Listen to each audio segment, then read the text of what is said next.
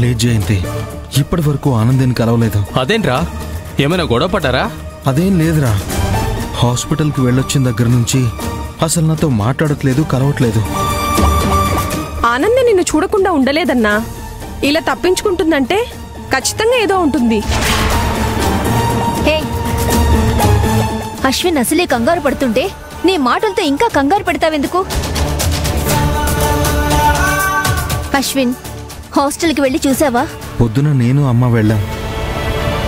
Watchman లోపలికి అలో చేయకపోయేసరికి అమ్మవారికి లోపలికి వెళ్ళి మాట్లాడింది.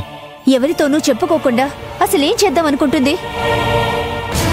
అదే కదా, తన సమస్య ఏంటో చెబితే మనం ఏదైనా హెల్ప్ చేయడానికి ఛాన్స్ ఉంటుంది కదా. అదేరా నా బాధ కూడా.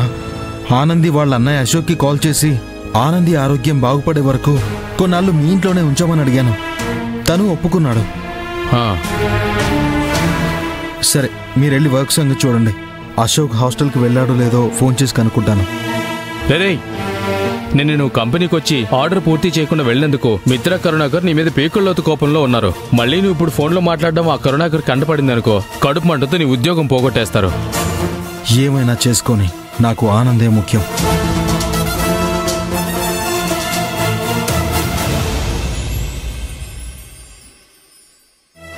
నిన్ను పురిట్లోనే గొంతు నిలిమి చంపేసేదాన్ని.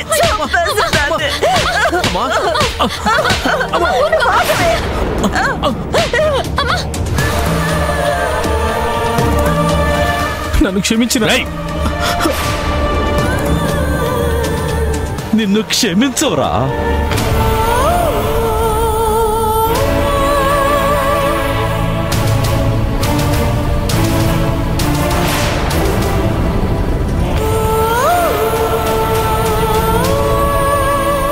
హాస్టల్కి వస్తున్నాను అని చెప్పడానికే అన్నయ్య నాకు ఫోన్ చేసి ఉంటాడు.